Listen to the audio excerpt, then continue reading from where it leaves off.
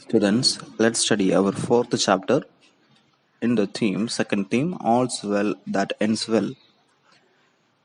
Chapter name is A Special Gift. Let's know about the author. It was written by Louisa May Alcott. Louisa May Alcott was an American novelist best known as the author of the novel Little Women and its sequels Good Wives, Little Men, and Joe's Boys. Her books focus on family and relationship. So naturally, in this chapter, a special gift also we can see about family and relationship itself. Let's begin. Little Women is a delightful story about March sisters, Meg, Joe, Beth, and Amy. So here, March sisters means it's a particular family name itself, March. So in that family, four sisters are there: Meg, Joe, Beth, and Amy. In this excerpt, we read about how the March family find time for joy and Thanksgiving despite their problems and celebrate a joyous Christmas. So, as per the heading itself, chapter heading itself, a special gift. So, something a special gift they got in the Christmas time. So, on that time of Christmas, they are expecting their father also, Mr. March. So, this Christmas is very much special for that four sisters and that March family. As Christmas neared, there was an air of excitement in the house, as if this was going to be an unusually unhappy Christmas for all of them. Joe and Lori, their next door neighbor, ran about mysteriously and could be heard laughing beyond the hedge. When Christmas Day came at last, it brought good tidings. Good tidings means good news of great joy. Mr. March had written that he would soon be with them, while Beth felt well enough to sit by the window, wrapped in the bright red shawl Mother had gifted her. And in the garden stood a beautiful snow maiden that Joe and Lori had made. Do you know who is this Lori? Lori is the next door neighbor itself. And let's know why did Lori and Joe run about mysteriously. So in the above paragraph we could see Lori and Joe ran about mysteriously as they wished to surprise everyone by building a snow maiden in the garden. Moving on, and then they gathered in the parlor to open their presents. Parlor means room here, a room in the house for entertaining guests. So they are exchanging now gift. Let's know what all the gift they got. I think this is the best Christmas ever, said Joe, hugging the storybooks she had always wanted and waiting for a chance to read it in the attic. So our Joe got storybook as gift. I think so too, added Amy, staring at the framed picture her mother had given her. So we could understood that Amy got a framed picture that mother had gifted her. Moving on, I agree, said Meg, something down the soft folds of her first silk dress. So Meg got what silk dress. Mr. Lawrence, Lori's grandfather, had gifted it to her. So Meg got what silk dress that who given Mr. Lawrence.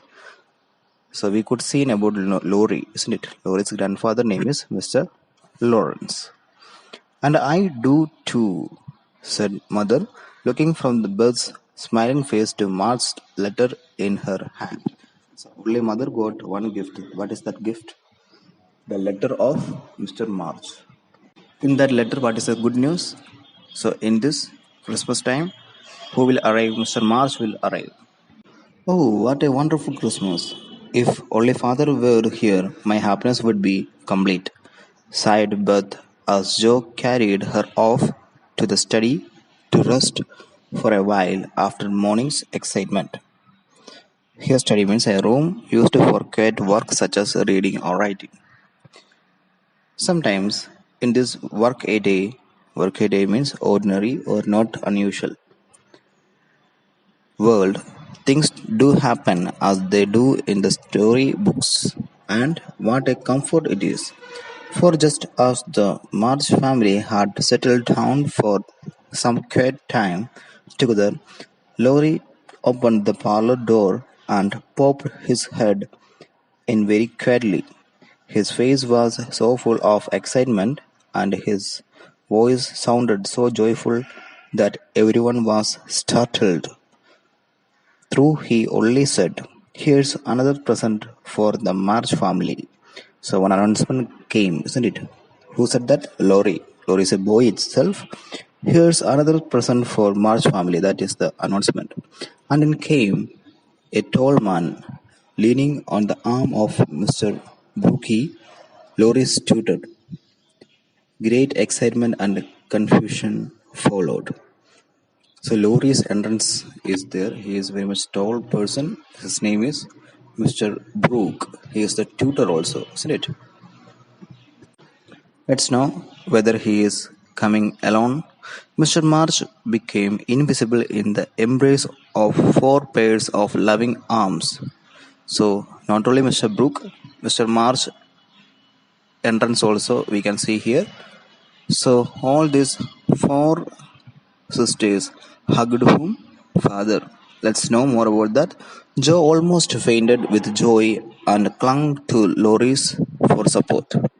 Mr. Brooke kissed Meg in all.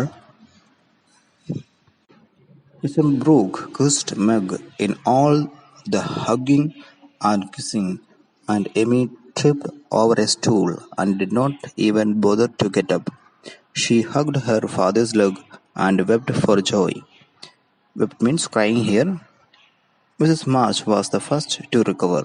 She held up her hand with a warning, "Hush, remember Beth." But it was too late. The door of the study flew open, and a pale girl in a red shawl flew straight into the father's arms. Joy had given strength to her wobbly legs. Mr. March settled down on the big chair. His heart was filled with happiness. When fine weather came, the doctor said I could go home. I longed to be with you for Christmas and told Brooke I would like to surprise you. I couldn't have been here if he hadn't seen to the travel arrangements, said Mr. March, happy to be with his family again. What a great lunch they had after that. Hannah, their cook. So they also have a cook named Hannah. Their cook had baked delicious pies and the plum pudding melted in the mouth. Mr. Lawrence, Laurie, and Mr. Brooke also joined them. Laurie had planned a sleigh ride in the afternoon, but the girls would not leave their father. So the guests left early and the family sat together around the fire. Just a very ago, we were groaning over a sad Christmas without father. Do you remember? Asked Joe.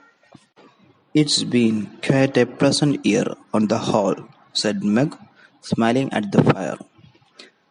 I think we have had a bad year that's ended well, observed Amy.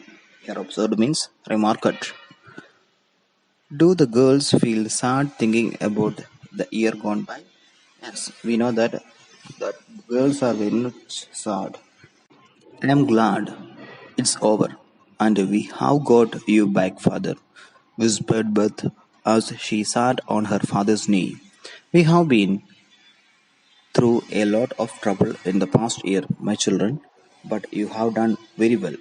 You have been a great support to mother, and I want to thank you for it, said Mr. Marsh, looking with fatherly satisfaction at the four young faces gathered around him.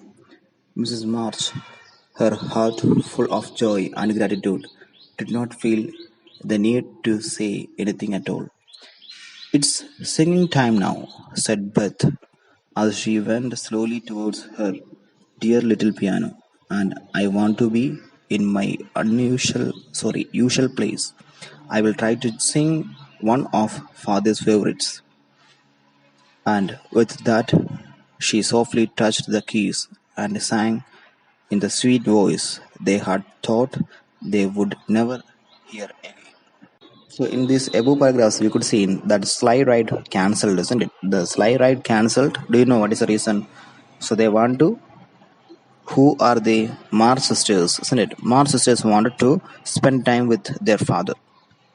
Do you know why does the narrator say that they had thought that they would never hear Beth sing again?